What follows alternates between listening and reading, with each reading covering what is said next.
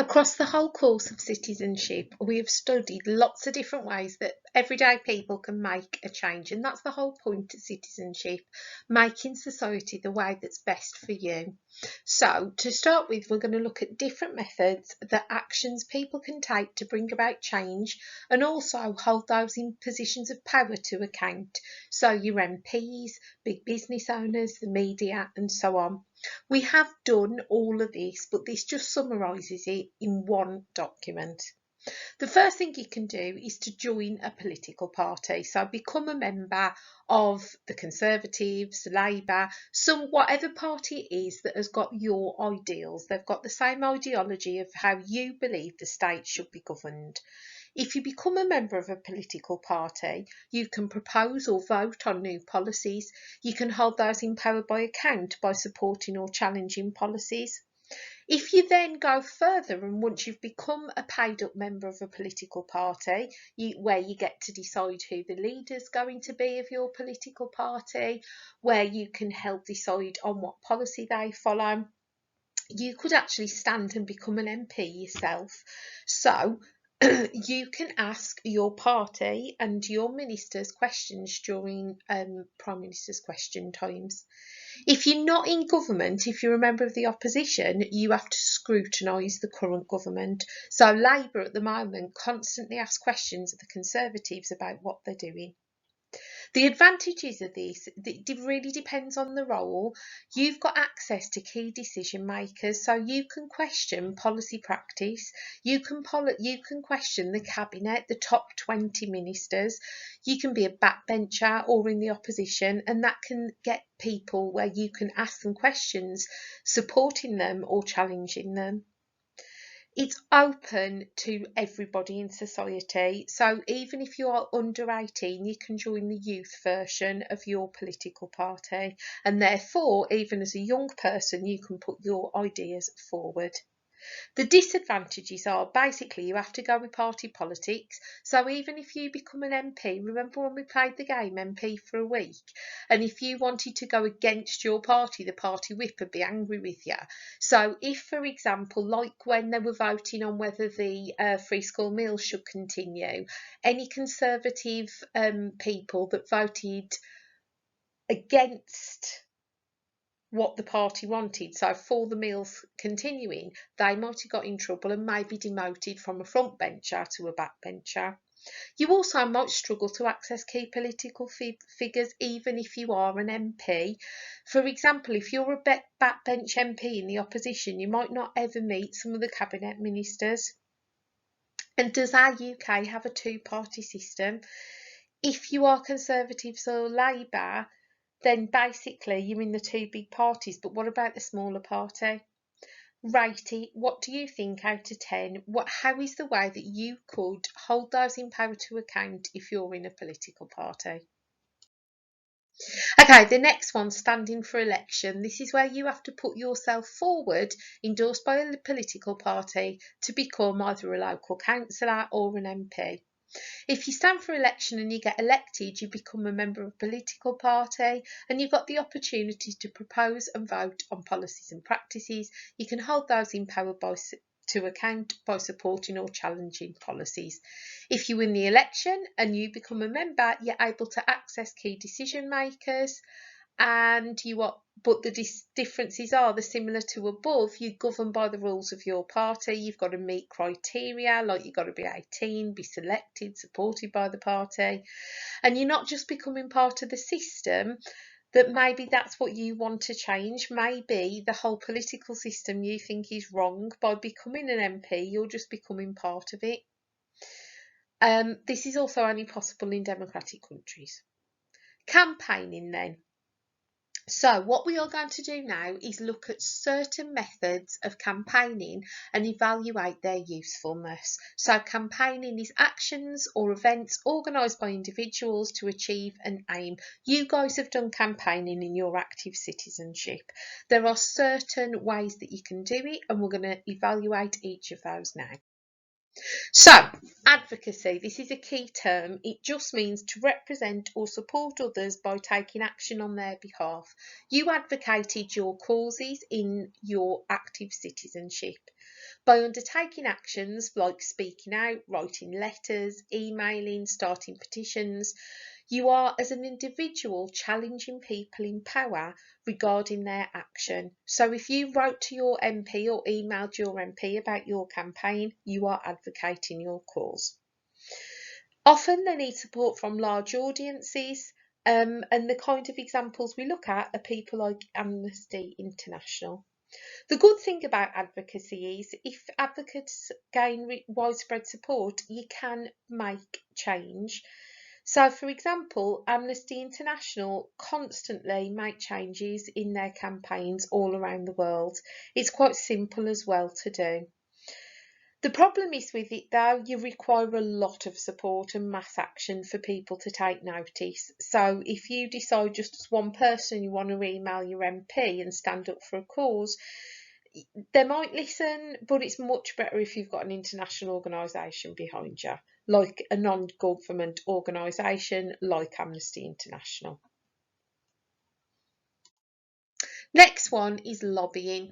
So lobbying is where you take action like holding a meeting to try and encourage your politician to take up your cause, or perhaps you might go and meet them in the House of Commons, outside where there was the central lobby, or you might go to their office and try and find them there. By directly targeting or challenging those in power through meetings, through emails, through the media, through news articles, lobbyists are able to question the status quo. So, for example, the Confederation of British Industry lobbies on behalf of 190,000 British businesses, and they do this through these meetings. So, lobbying is a way of challenging your MP or those in power to help them to try and get them on your point of view. What's good about it, they've got the ability to directly hold those in power to account and make a change. Like we said before, the CBI, they campaigned about the quality of careers education, and as a result, they helped establish the Careers and Enterprise Company. They put something in school called the Gatsby benchmarks, which means that every single school has to do a certain amount of careers education. We have to make sure we know what you're doing after school, when you leave, and all those kinds of things. The bad thing, it requires a lot of knowledge and means of access to the political process. You need to know who to contact, how to contact them. It's better if you've got finance. Smaller lobby groups might find it more difficult. And also there could be clashes of interest with politics. So rate that effectiveness out of 10.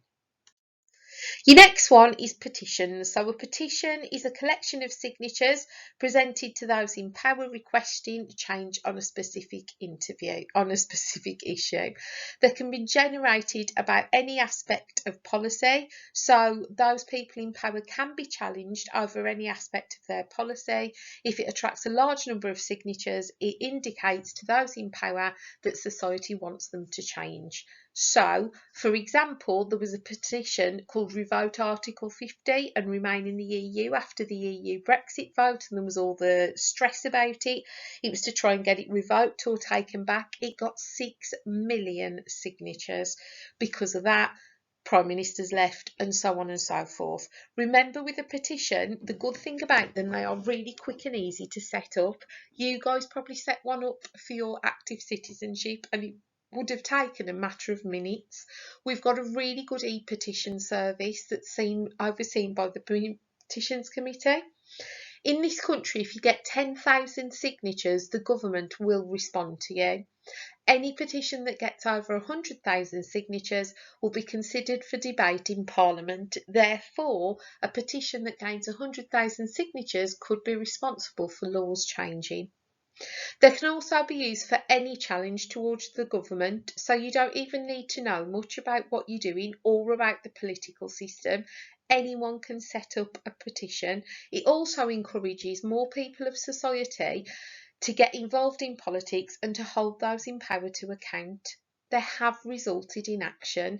An e-petition on the number of asylum seekers in the UK resulted in 2 debates, and the number of Syrians being allowed in increased. Marcus Rashford's petition on free school meals helped ensure a government U-turn on their proposed policy of cancelling the scheme. So these petitions do work. This is true people power. The massive problem is with them, you've got to get those numbers. You might know you've done your petitions, you might have got a couple of hundred. I started a petition and got 36 signatures simply because there were hundreds of petitions for exactly the same thing. So sometimes it's going to be difficult. They've got to be shared widely. They need to be shared by lots of people. And also the main problem is with them is that those people in power can ignore them. They don't have to do anything with them. So if the subject of the petition has recently been debated, they can just ignore it. Even with 10,000 signatures, they only require a response. This could just be, thanks very much for your petition, goodbye.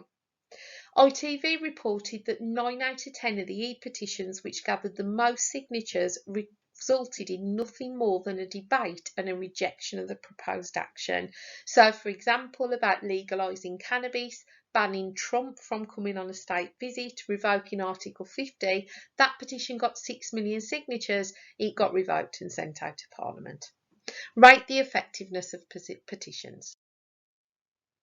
Okay, next one, joining a demonstration. So a demonstration is a public meeting or march, so it could be a protest march, usually against a specific issue. They can be held about any aspect of policy, so those in power can be challenged over anything that they are doing. A large number of people gathering indicates to those in power that the society wants something changed. So, for example, what was happening with Extinction Rebellion in London, where they were covering all of the London streets, stopping the traffic going by, Greta Thunberg's climate school strikes, where millions of children around the world have gone on strike from school, student fees demonstrations where thousands, tens of thousands of people met and marched the streets. I remember I went on a protest march organised by my teaching union, and other unions joined as well a few years ago in Birmingham, and there were 50,000 of us walking through the streets of Birmingham. Why it's good then, they're quite easy to set up and participate in. You need a location and you need a cause. If there's lots of people there, it's going to send a really clear message to the government that you need things changing. It allows lots of groups to join together to promote their cause, and it makes campaigners feel really part of a community. But on the bad side, it's got to have large support. If it's just 5 people standing in the road, you're not going to change anything. It could be difficult, and also you need large social connections. Does one demonstration, one march in isolation achieve absolutely anything? It's unlikely that demonstrating is going to lead to political change. It needs to be carried out as part of a wider movement. They can easily be ignored. So, for example, Extinction Rebellion just got told that they were kind of like messing London up. So the message of the campaign can be lost by poor actions. Lots of demonstrations can result in damage and destruction. So the way that you demonstrate and join your demonstrations can actually cause more problems. So as I say about the student fees, because it resulted in violence and vandalism, that overshadowed what they were actually trying to achieve. So the demonstration by Extinction Rebellion was seen as disrespectful rather than linking war and climate change being highlighted. So volunteering, how this can make a difference, how individuals can make a difference. It's when one person gives up their own time to help others without being paid. It allows individuals or groups to come and work together to show those in power that things need changing. So things like Oxfam, Amnesty International, and also the volunteers who have been helping work with the NHS. The good thing is it's easy to participate in. Volunteering is open to everybody in society. It has a wide range of opportunities that are available. So organisations offer volunteering placements, so you can find a cause that's important to you. So working with Amnesty International shows that you want to help protect human rights. It gives a sense of purpose and community, so you meet like-minded people. If you want to go out and volunteer with a homeless charity, you're working with other people with like-minded ideas. And they also work with local councils and service providers to help with the community. For example, in response to COVID, local health authorities have worked with volunteers there. The problem with it then, a lot of people find it difficult to find and access volunteering placements. If you want to volunteer in politics, opportunities are really limited. You could say they're only accessible to certain sections of society. So, for example, Westminster, you're only going to be able to do that if you work in London. Does it in isolation actually achieve anything? It's unlikely to lead to long-term change. You also have to give up your own time. You don't get paid. Not many people have got that opportunity to be able to do that. And also, is it really campaigning? It's really just helping. Perhaps you could argue that if you're volunteering and helping people, that actually that's taking pressure off government rather than putting pressure on them. Interest groups, so an organisation that tries to influence the government to adopt certain policies. They allow citizens to highlight the importance of a cause to the government, and they might highlight to those in power the need for policy impact. The good thing is you don't have to engage in campaigning to attract a large membership, and they've got the potential to enact change. They can help those who are disengaged with formal politics, and it allows citizens to raise an issue that is important to them. The problem is with them, they might not effectively campaign, they might not cause much change. So public services are things like our NHS, our schools, our welfare system, our police, our local councils. This has come up these have come up in our questions before. So NHS provides health provision with mental and physical health. It can also tell you where to get more help.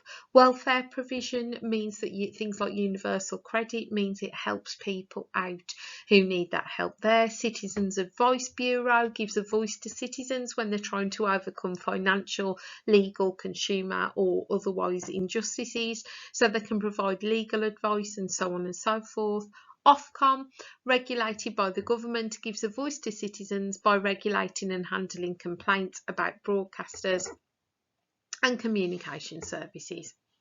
So public services are there to help us out. Yes, they can help us. For example, if we're looking at the problem of homelessness, public services, the local council, can rehome them. If we're looking at an issue with local crime, public services, either police, can arrest them. Charities. So charities are organisations who work to try and support those in need. So it could be a homeless charity, it could be Oxfam, it could be WaterAid, it could be people working with children. There are a lot of charities who operate in the UK to address a number of different needs. So lots of charities campaign also, they don't just raise money to help people, they campaign to improve things.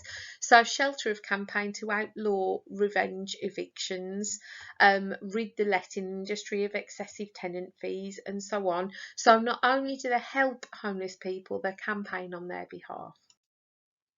Voluntary groups are pretty much like charities, but also there can be giving services as well. So we've got some examples of ones that have helped with COVID. We've also got things like neighbourhood watches and homeless charities. So these are really good because it's everyday normal people who are working together to help the community. So as it says up here, when COVID-19 struck the UK, the government asked citizens to volunteer their times to support those who were self-isolating and deliver NHS equipment. They got 750,000 responses. If you look at Good Morning Britain's Give a Minute campaign, where they asked people to phone people and give a minute of their time, it was called 1,000,000 minutes. They were trying to gain 1,000,000 minutes of people looking after those people who have to isolate and who don't have interactions with people. They also provide groups with society and campaign for specific matters. So Extinction Rebellions are volunteer groups. They support and fight against climate change. They have local meetings and so on and so forth. So volunteer groups could be your local neighbourhood watch. There could be your local homeless charity and so on and so forth. The problem is they haven't got much money, they haven't got much resources unless the government works with them. Trade unions are workers in the same trade or profession who join together to protect workers' rights. So things like the NEU, the Teachers' Union. They support different groups. They work with their members to improve their working conditions and ensure they're treated fairly in the workplace. They give a voice to those who they represent by acting on their behalf to improve working conditions. They can also use collective bargaining power to lobby the government. So things like work to rule, things like going on strike, things like walkout. Okay, so they can do collective action to lobby the government to make changes.